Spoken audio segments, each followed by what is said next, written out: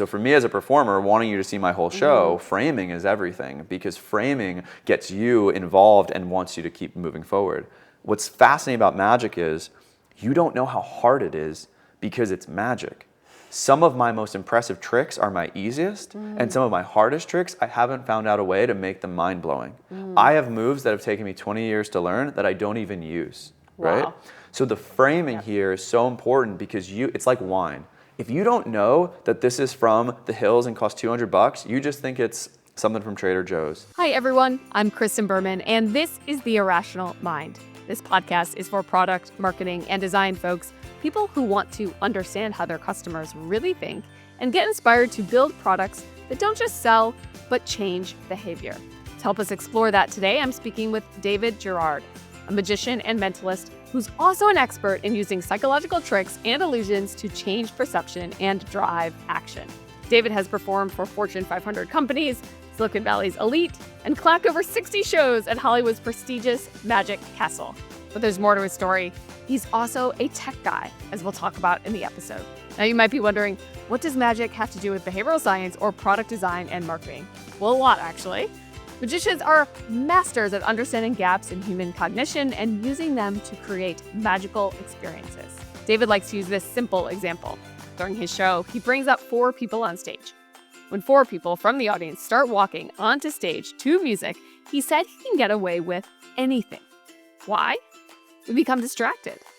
David controls and moves the audience attention at every moment. What a lesson for product designers. Attention is the currency of behavior change and product design. Where is the user's attention, and how can you leverage that to help them achieve their goals? Ironically, it may come down to us paying attention to attention. He also made me appreciate how similar we all really are. When given the option of choosing a playing card or picking a country, we tend to gravitate towards the same ones. While we all want to believe we are these unique snowflakes, David risks his show on the idea that we are not.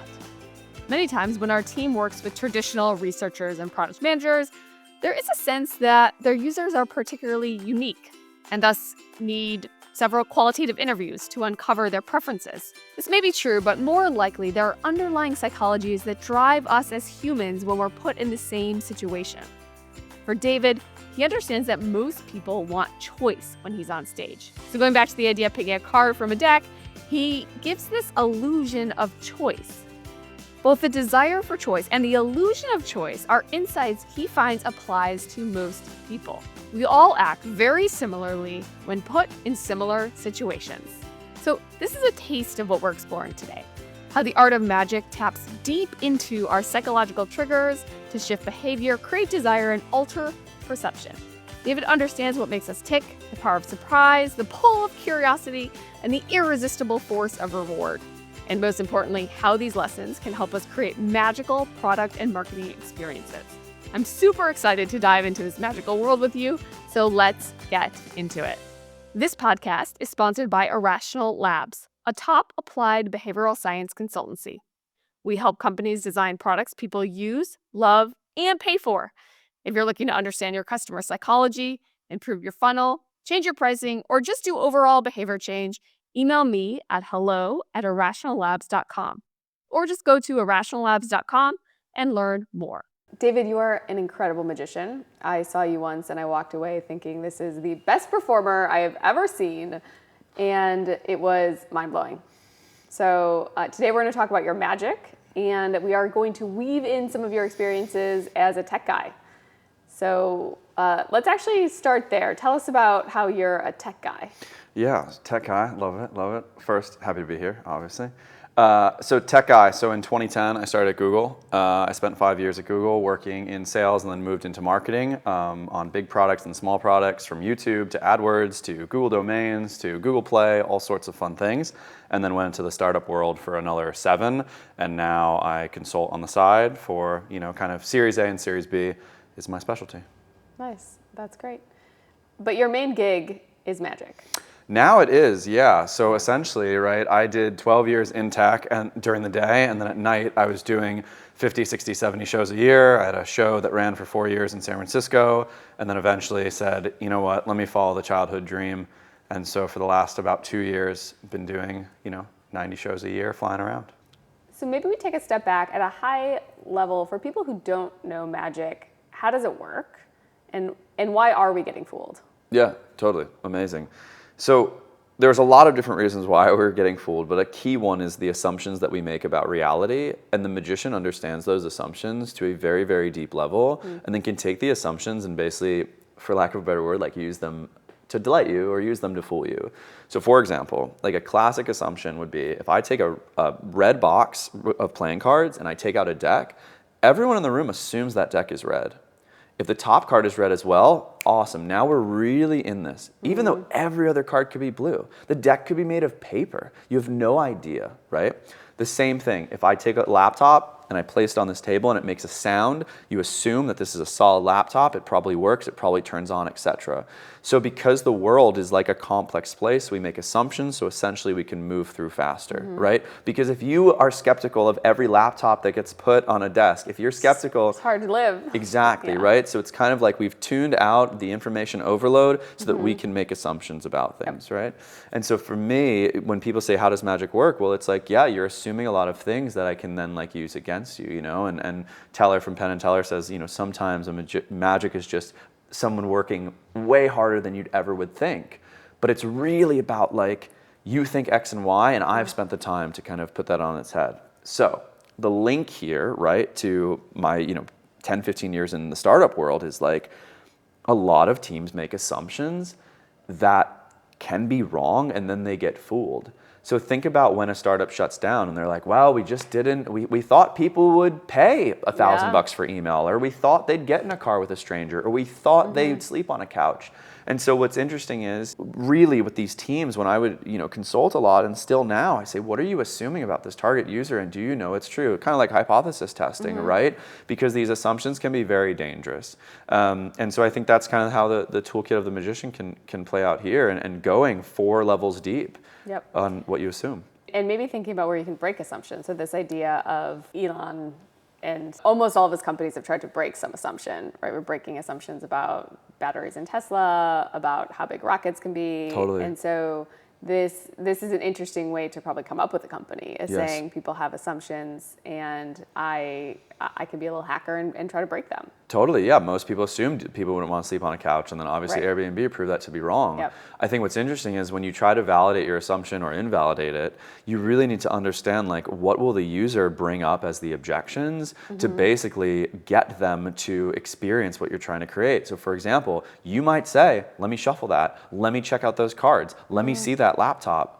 Okay, cool. You're bringing up objections that I need to proactively handle. And if I can address them before you do, that would be amazing. So when I get in front of a tech crowd and I'm doing a show, I will often say their objection before they say it.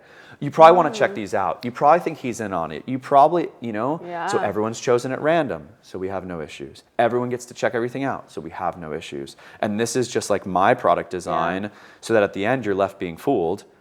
And, in your world, it would be left being like, this product rocks. I will do this. I will try to sleep on the couch. I feel safe. I feel seen. Totally. It also reminds me of like how a salesperson approaches sales, which is you're just doing objection handling. Yeah. Like consistently trying to get at what people are going to critique and then addressing it. Yeah, because what I found was, and especially in the real estate example, or I was part of a carpooling company for a long time, and I worked at Discord, and all these places had just all of these kind of objections that users would bring up, and you really did have to handle them because it's so easy to bail. It's so easy to drop out of the funnel. It's so easy to say, I'll stick with, IBM. It's also pretty trust-inducing. So it seems sometimes like companies don't want to say, hey, like this could happen, but this would then happen after that. Or, there is this reason for concern, but we've addressed it here. Because it means that maybe people shouldn't trust you. But actually what you're saying is actually when you do objection handling, maybe even up front, you can get more people to trust you. Yeah, I mean, I think it all needs to be tested, right? But I think addressing elephants in the room can be really important. I mean, when I was at that real estate startup, right, we're talking about people's homes. We're talking about millions and millions of dollars. And so if you're not addressing things off the bat, it's kind of like, does the company know? Do they get me? Or is there something they're not saying? And so again, right, we need to introduce friction at the right moments. But I have found my magic has become incredibly strong when I'm addressing those things off the bat. So impressive.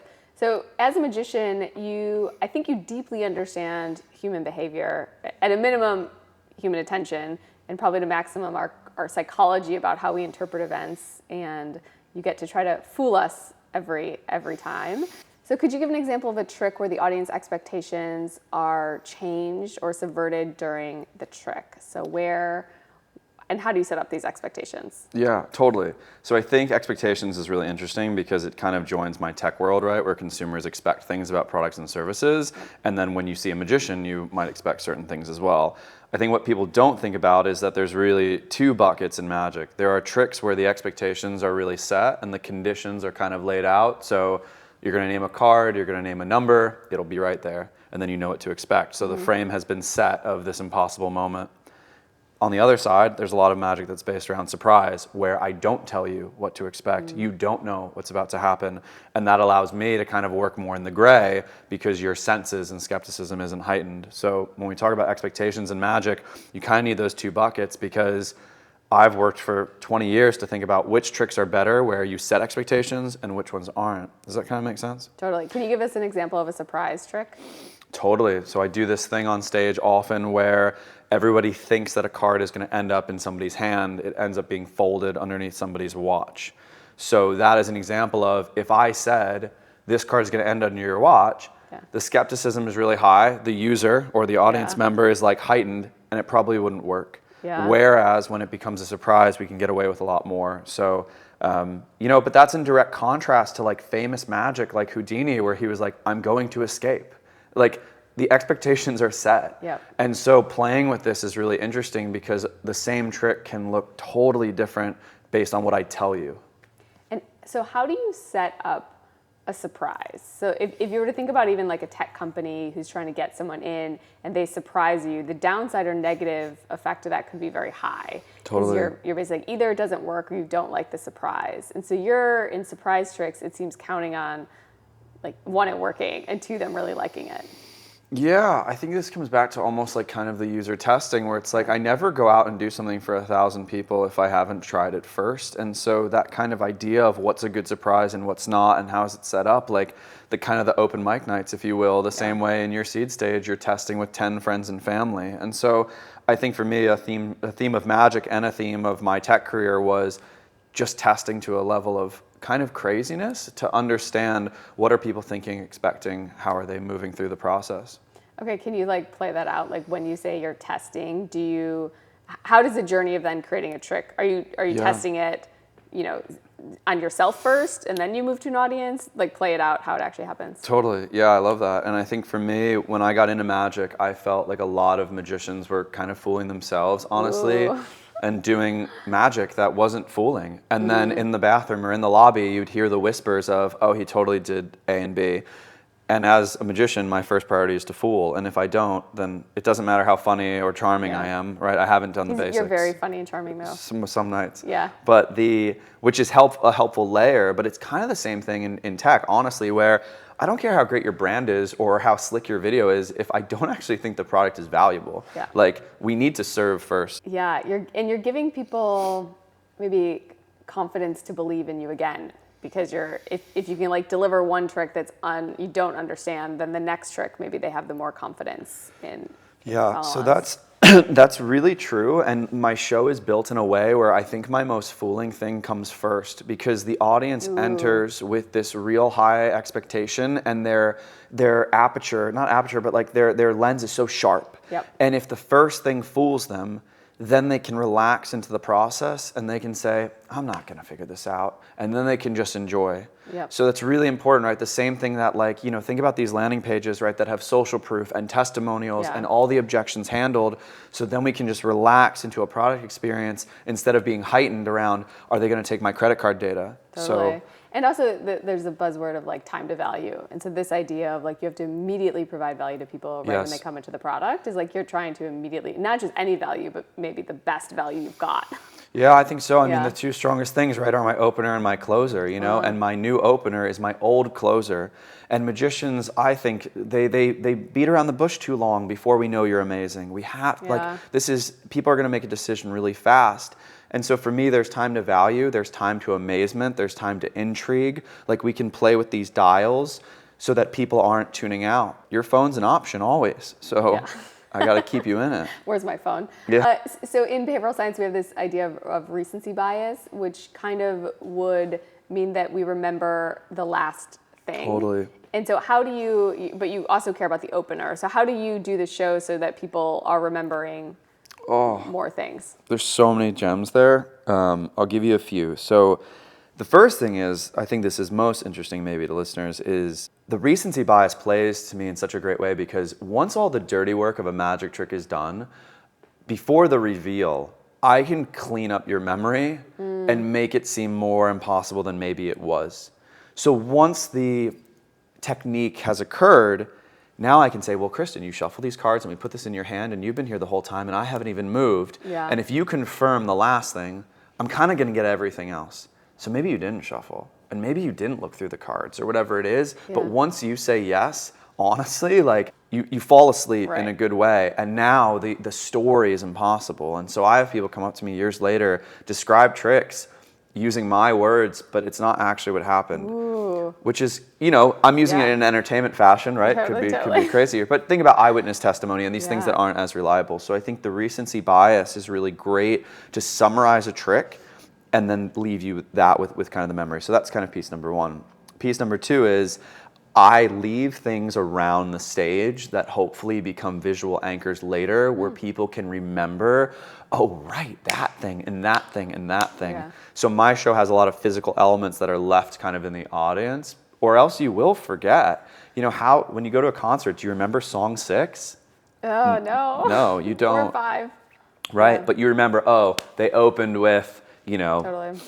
whatever. So no, definitely thinking about that all the time. So why don't we talk a little bit about some of the biases that you probably more deeply understand than most people. We can start with maybe choice overload or cognitive overload, where this idea that basically you sometimes have a fair amount of choice in front of us. And most times in life, we are trying to make a decision about what to do with our day, what to purchase on the internet. We have so many decisions out there. And so choice becomes kind of something that is always in the background for us. How do you play with illusion of choice in your world? I think for me, it's about the audience believing there are many more choices than there actually are, and giving the illusion of kind of free will and the illusion of free choice, but then somehow on the magician side, right, we know where it's going to end, or we have different situations that we can manifest. And so it's funny, right? Like maybe in the product world, right, we want the choices to almost seem like we want people to flow through these choices and for them to feel like they're kind of like on this path and on this journey. Whereas to me as a magician, like if I ask you to name any city in the world, like I want you to feel like you could name any city. Do you know what I mean? I don't want you to feel limited, right? And while I might know the 4 most popular playing cards named, you don't. And so like that's an illusion of choice where, I mean, honestly, like you can find online all the stats. There's a Scientific American article from 2012 that goes through like what are the most popular playing cards, and like you're just never going to get a Black 9. You know what I mean? But you are going to hit the Queen of Hearts and the King of Hearts, and males are more likely to say X instead of Y. And Ace of Spades, if you say name a card but don't say the Ace of Spades, then we drive you away from it, right? Yep. And so that's kind of the idea, right? Knowing what people will say, letting them feel like there's a wide range of options, and then always having an out, because the audience doesn't know where the show's going to end. And so this seems like we have to assume people generally are acting on the average, on the, that we are behaving kind of like everybody else behaves. This is actually a pretty difficult idea for most people. Totally. So if you were to say name a country, and then immediately I'm like, well, what country do most people not say? But then by doing that, am I being like everybody else to try to get to be the minority that actually wins? So it seems like a really reasonable strategy, but you have had some people name countries, of course, that are just off your list. Yeah, so you have to be able to kind of bob and weave. And I think, I've done thousands of shows, and so every situation has probably occurred before, but it's your first show. So I think there's something interesting about that, right? Where like, as designers, right, we get to experience thousands and thousands of case studies, but the user's only going to probably do this once. Yep. And so you don't know where the show's going to end. And speaking of kind of what we said, surprise versus conditions, like if I tell you the conditions that the city you name is going to be in the box, I have now set the stakes on myself very high. But if I just say name a random city as I get to know you, Well, you don't know where we're going with this. That could just be us actually chatting. You know, I do a lot of things in my show that really are risky, very risky. But over time, I found the right person at the right moment who probably does love mint chocolate chip ice cream or whatever. Yeah. And if she says she doesn't or he doesn't, it's fine. We move on. Yeah. And so I'm constantly playing with a mental Rolodex, and magicians are too. And my favorite magicians, they jazz. Like these names that the listeners won't know, but Ossie and Eric Mead, right? These guys who are moving through a complex set of outs that you don't even know exist. And then they make it feel like this was the only way this could end. I love that. And that does feel like, we have in tech, basically, there's usually one path for one user, or for all users. It's like everyone's going down this path. And so that to me says like there may be more like trapdoors, secret doors that you could imagine in a product world that basically get people kind of, if they aren't engaging with this feature, well, maybe there's another feature that they could easily get to. I mean, it goes back to like at the core, right? We want to believe that I think we want to believe that we are like unique, special snowflakes, that these we are, and we want these systems or products and services we use to feel like they're made for us. So, we were joking about the guy who lost his power last night and then got an email from his electric company this morning. Like, that doesn't feel like I'm special. That doesn't feel like they know. And for me, like, my career in magic started really changing when I started to customize and meet people individually instead of just as a group. And like that, man, so yes, it's going to be harder to build 3 different flows and harder to A/B test it and harder to see the data. But honestly, like, it'll help it feel more for them. Totally. And are there ways, so building personalized flows is difficult. Are there ways that you can make people feel like, so I'm imagining like a BuzzFeed quiz, right? That says basically like, take this thing. And at the end, they're like, and now you are this pretty snowflake that looks like Taylor Swift. Good job. Yeah. And people feel like it's called the Barnum effect, where people feel like the answer is for them. Yes. So how have you figured out any ways to make people feel like the answer is for them without you having to move mountains to get them there? Yeah, I mean, I think for me, it probably goes back to like, what are your target personas that you think a lot of people are going to fall into? And so when I was at a company called Alto, which is a Sequoia-backed real estate company, right, we did a lot of great, I think, archetype work on what were the 4 most common type of home buyers, the 4 most common type of home sellers, and then what are the 2 questions we can ask that then drive them to something that feels highly personalized, but really might just be 4 buckets. So I don't think, look, when I'm on stage for 60 people, I do try to have custom moments for 60, but with us, like, it can just be like the top 4, and really understanding like what is maybe not just I'm a 33-year-old home buyer in San Francisco, but like what is the emotional layer underneath, right? That makes me feel like this company understands and gets me because I'm nervous about interest rates and I don't know if this neighborhood's safe, etc. So it's just a double click instead of a single one. Is there an assumption that is more difficult to break for people that you've found or struggled with breaking an assumption? In larger groups, people do assume that people are in on it, even if they're chosen at random. So when you are in a theater, right, and you don't know the people around you and someone comes up on stage, unfortunately, you do think there's some way that these people are in on it. And so I constantly am dealing with that, even to the point of saying, like, if you think everyone's in on it, raise your hand. Cool, you come up here. Do you know what I mean? Like, just painting it as red as we can. Wow, I love that. And so that also means we may not just trust other people we don't know.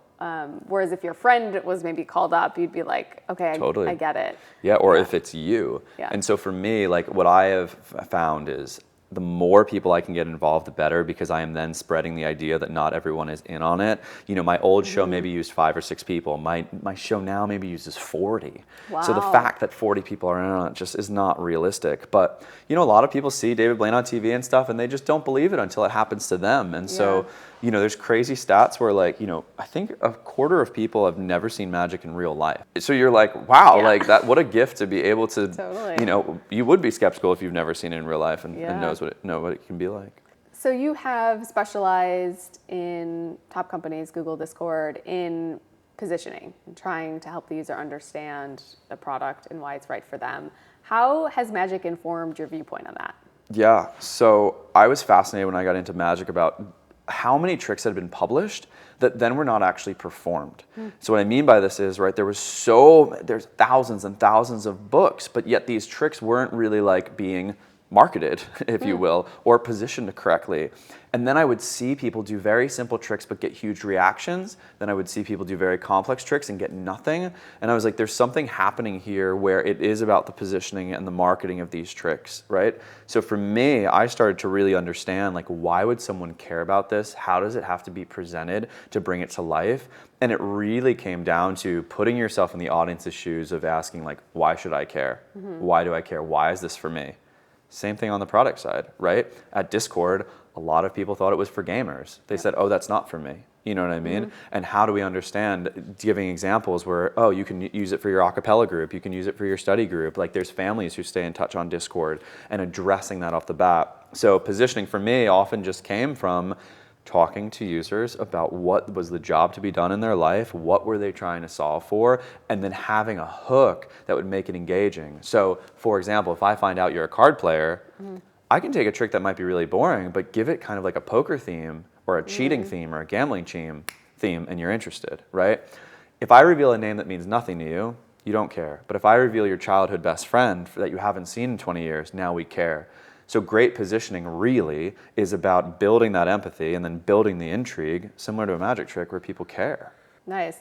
And so could you get me to care about Google Glass? I mean, that is like generally Google is kind of known for, or was known for, building innovations that kind of fell flat. And so there's a level of, if you were designing for Google Glass or any other product, what are the tools that you would think about to get people to care? Yeah, I mean, I think you bring up a great thing where, like, we have graveyards of technological innovations that were really amazing and really cool, but then didn't actually, like, they weren't sticky, and maybe they were too early for their time or what have you, you know?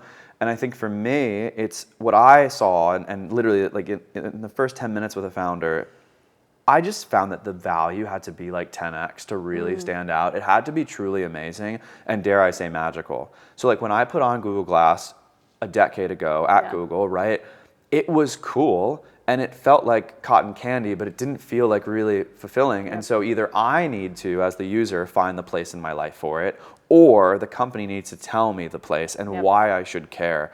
As a magician, I often am telling people why they should care. Why is this amazing? Why is this impossible? Pay attention, you know?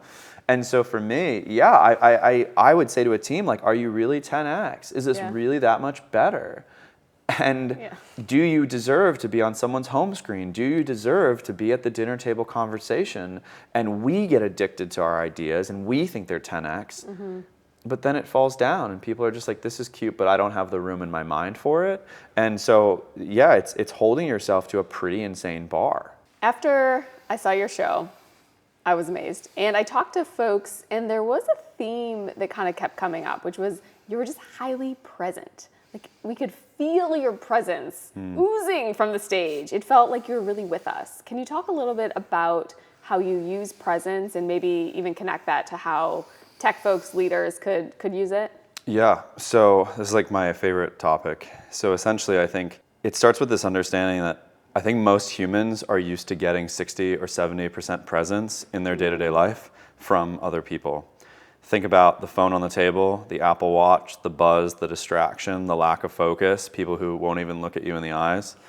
And we're like craving this presence, right? We're craving to like be seen and be heard. So if I'm on stage and you don't think I'm present, or if I'm on stage and I seem distracted, or I'm focused on the move or the action or whatever, then you don't feel like you're getting 100% of me. And so it's actually that simple. How can I put myself in a situation where I can be so present with people? And for me, a lot of that happens off stage first, which is my craft has to be flawless, so I'm not thinking about the tricks, right? This is like a salesperson who has their slides down, right? This is like, you know, you want your system resources to be used right here, right now, so you're in kind of like a flow state, if you will. And so I just think that presence is a hot commodity.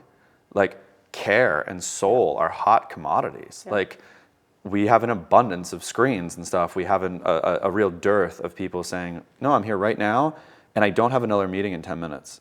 I have this. So the more present I've been able to be on stage, the better it goes. And is this a mindset? Like, if I were to say, look, I'm going to be present, I'm not going to be distracted, or what are the body language things that I can signal to other people, like, I'm here with you? Like, should I open my eyes bigger? Yeah. Like, I mean, that's really funny. I mean, you could. I think it actually starts with, it goes back to like, well, why are you here in the first place? And what is your intent for being, period? And so when I was on stage before and I wanted to show off and impress people, that was an intent. And my presence felt like self-serving, right? So I think for me, it's about being very, very clear on like your why stack and why are you even in the room? You know, when I was managing teams, I honestly regret a lot of those months because my why was for my LinkedIn and for money, and it wasn't pure. And so for me, I think presence will come when your intent is that you want to be here right now. And so if you find that you're not present, even asking the question of why don't I care about this gig? Why, like, I have 100 people in front of me, like, why don't I feel like they deserve 100%? Why is my phone more interesting? And then it's just like, you try it for 30 seconds and then a minute.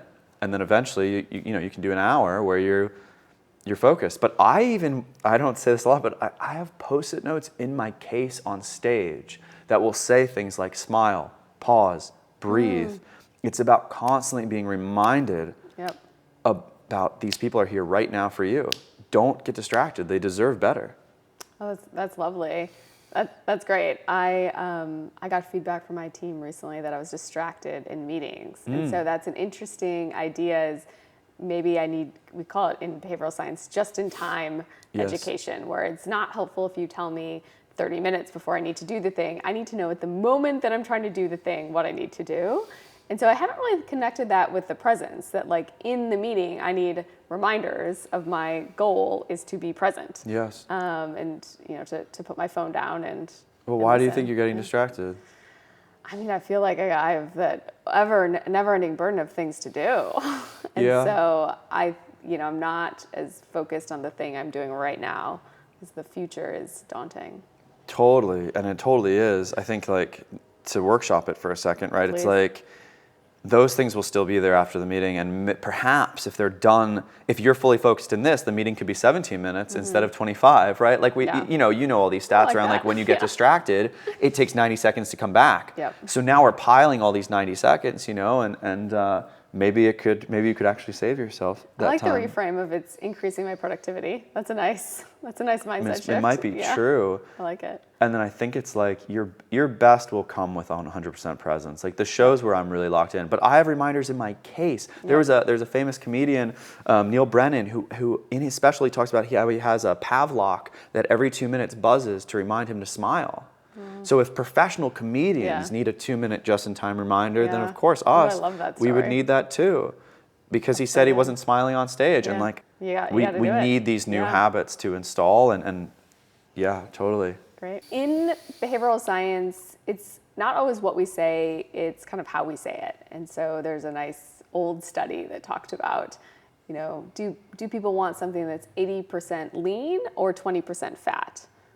And it's the same thing, but how we describe it, how we frame it really matters to how people digest it.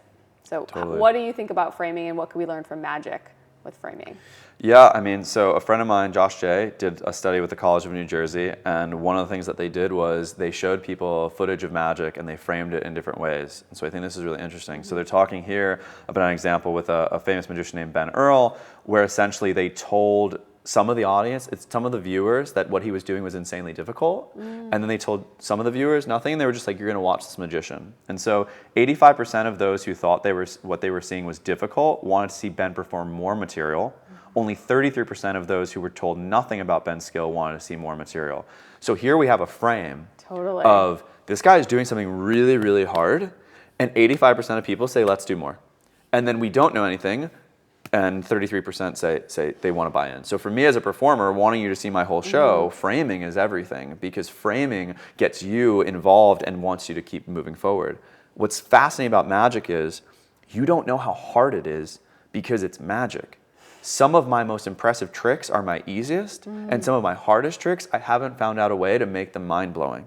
I have moves that have taken me 20 years to learn that I don't even use, right? So the framing here is so important because it's like wine.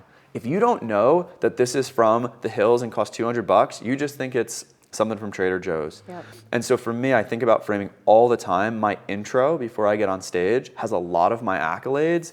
On tour with The Illusionist, which was on Broadway, consulted on America's Got Talent, has performed for Mark Zuckerberg. And I can see the audience pop up. This is not just a birthday party magician that we found online. This is real, has done 1,000 shows, Magic Castle.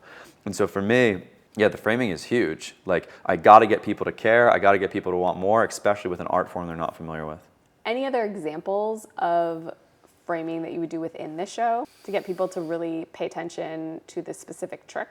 Yeah, so one of the techniques that I stole from my best friend Colin Cloud is essentially every few minutes there should be something that involves everyone. And I think that's just opening the frame from, 2 people on stage to everyone. So constantly thinking around like, okay, now I want everyone to think of their favorite childhood memory. Okay, now I want everyone to put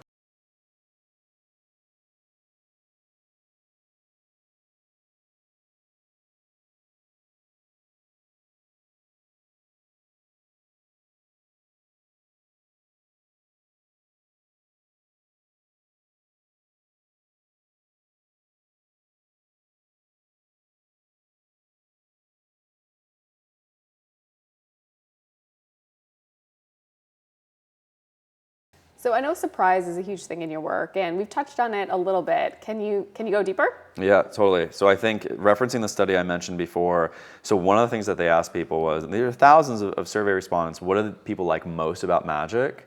And so the number one response with 20%, and there's a lot of other ones, is surprise, the unexpected, and the uniqueness.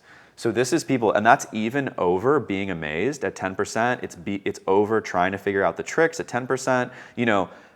So what's happening here, right? Why are people so interested in surprise? And I think it is because that human emotion of, I thought we were going down path A and then to B sparks this kind of energy. And I think in our day-to-day lives, we don't have a lot of surprise anymore. We can go on Google, we can get the answer. So I think magic's having a renaissance because surprise is a hot commodity.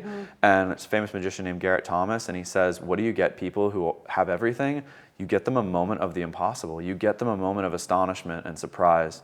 And if you want to go really deep on this, it's like magic and surprise kind of bypasses the rational mind and goes very deep into your gut and soul around like, you don't know everything. And there are mysteries. And so for me, surprise in my work is so important because I just see it night after night. People light up. So the tie-in for your audience, I think, is around like, what surprise moments can be in the product that will help people have that surprise and delight. Like, we talk about surprise and delight and then we put it on a post-it note, but really what's the surprise? And for me, that makes people feel like your experience is magical. And I think if I tell you I'm going to jump 6 feet and I do, that's not very memorable.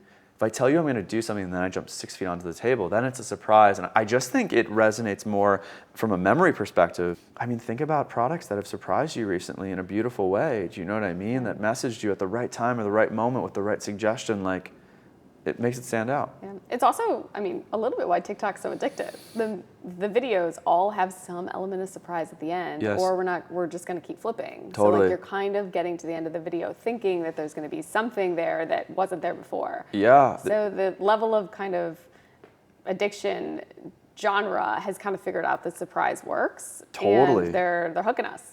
Yeah, and that's the hook, right? And so for me, I use this in my show all the time, where at the beginning of the show, I hand out this envelope. It's a classic kind of mentalism idea, but essentially I say at the end, we're going to open this. Humans don't like things to be open-ended. Humans don't like to not know how it ends. How many times have you committed to a terrible show just to know what happens to the characters? And so for me, my show has a lot, inspired heavily by a man named Darren Brown, a lot of open-ended things that don't solve until the end, like a good mystery. Because if I close each piece, you're like, oh, I could walk away at this moment. Yep. But if you're like, well, what's in the envelope, and what's with that, and why did he tell that guy to leave the theater, and what? Yeah. Now we have intrigue, and we don't want to close the loop, or we want to, so we stay. And when people think about retention, normally you think about kind of giving people, as we talked about before, immediate value up front, but maybe we also want to give that and promise that immediate value in 12 weeks. Or 6 months or something, where you're basically saying, look, if you stick around, you get this big win. Yeah, what happens to users at 30 days? What happens when I use the gut biome test for 2 months? What happens when I'm on the platform for 3 days in a row, like hitting these streaks and building these loops? Yeah, and in my show, I want people to feel like if they don't pay attention, they will miss something incredible, and that will be a bad thing. I had to pee during your show. I didn't do it. I would never. So there you go, my retention at 100% Yeah. of liquids. But like, honestly, yeah, again, reaching under the seat for the hat. How do we keep people engaged? And like, I just think a lot of companies are lazy. Honestly, like, I just think the bar's too low. And, you know, we have a shared friend, Logan Uri, who does dating advice, but like her emails every week are high value, and they respond to me with your feedback and tips, and it's aggregated, and it's like, wow, for free. Yeah. So now I want to engage with her, and I feel like what you offer for free is obviously so compelling to get people to then, you know, eventually buy. So you've led teams, large teams, 20 or so at these tech companies. How do you think about leadership in magic? Yeah, totally. So I think there's some interesting stuff for the listeners here. So when I walk on stage, I honestly feel like I'm a leader just for 45 minutes, not for a quarter or a year.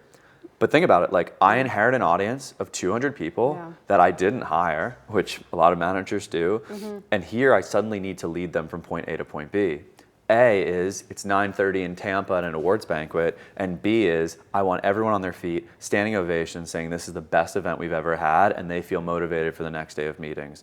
So that is a journey, right? Totally. It's not hit quota, it's not, you know, rebrand, but it is a real journey there. And so for me, like the leadership idea that I think is salient here is constantly reminding people why we're here, what we're doing, and why they should care. So one of the greatest mistakes I felt like I made in tech was I didn't constantly remind my team why we were here and why this work mattered. It was kind of like beginning of the quarter, rah, offsite, and then at the end we look at our goals or whatever. But with my audience, like every few minutes, it's like, we're here to experience wonder. We're here to connect with each other. We're here to see the impossible. Like we're here to laugh and merge together as a unit. And so those reminders are so huge. So the people stick with me. I can't lose my team over 45 minutes. They have to stay intrigued. And we use a lot of the techniques we talked about, framing and surprise and assumptions, etc. But yeah, honestly, like I think I'm a pretty good 45-minute leader. Nice. And sometimes when we say these things like, we're here for this, you know, here's the vision of the company, it can sound repetitive. You know, as a leader, you don't necessarily, you know, you want to say the same thing over and over again. But what I'm hearing from you is actually you just got to keep reminding groups of people why they're here, what they're doing. Yeah, and changing the medium. So for example, I think one of the things that Alto specifically was amazing at was these user interview snippets all the time, all the time. It's not the CEO's words, it's not my words, it's not the branding agency, right? So if you're not telling your company every week what your user is experiencing in that magic moment, and now with Grain and Zoom interviews, you can pull these 45-minute heart-wrenching things, right? And when we were selling houses, right? Like real life-changing stuff. And so for me, on stage, I'm reminding people why we're here, but honestly, the audience's reactions are reminders too. Oh, right, this is amazing. We're having this great time. I'll even ask an audience member on stage, how did that feel? Holy shit. I love that. You know? Yeah. And so, it shouldn't all be from leadership. It really has to be from the whole crew and users, really, right? From the people you're serving. This is all about service, all about it. So how do you build an incredible magic trick? Yeah, so I think building a great magic trick is similar to building a great product experience or customer journey. So I'll borrow the words of one of my mentors, a guy named Paul V. Hill, who's incredible. And he said the way that he thinks about tricks are that people are running a race. At the very beginning of the race, there's 100 people running. And at the end, you don't want anyone running because they're all fooled and they're all experiencing the impossible. Now, a bunch of people are just going to stop running because they want to believe and they suspend their disbelief and it's just natural for them. But essentially, we need to put barriers along the way for them to basically be like, I am fooled. So things we've talked about before, right? I got to shuffle the deck. I did this. I made sure that the conditions were perfect. And another one of my mentors, Armando Lucero, uses the words closing the doors. How do we close the doors so at the end, the only thing left is impossible? Everything that you would bring up as an objection has been handled. So the only thing left is that this must be magic. It must be. He didn't see what I wrote. I held onto the card. I put it in my pocket. I'm not in on it. So now we know that there's the impossible. So again, right, it would be interesting when we do a product race, we start with 0 people and we want 100 to finish the race. How are they going to trip and fall? How are they going to be engaged for the entire race? What are the doors we need to close to help them do that? So it's similar. That's great. At Irrational Labs, we have a thing called the 3Bs, where we identify the behavior at the end that we want them to do, and then we go through a process of eliminating the psychological barriers that would be in their way as they get to that behavior. So it seems pretty similar, where we're like ruthlessly just saying, like, what is the barrier they would experience, and how do we remove it, or even amplify it if that's something that would help them get to the end? 100%. Yeah, with these carrots and these hooks along the way for them to care. Yep. It's the same thing. My goal is the impossible. Your goal is, 100% user adoption or what have you, but it's the same thoughts. Thank you for listening. If you like the show, go to irrationallabs.com to say hello to us or post a review on Apple or Spotify. Big thank you to the show's two Jacks, Jack Buer, our writer, and Jack Steger, our genius editor. Until next time.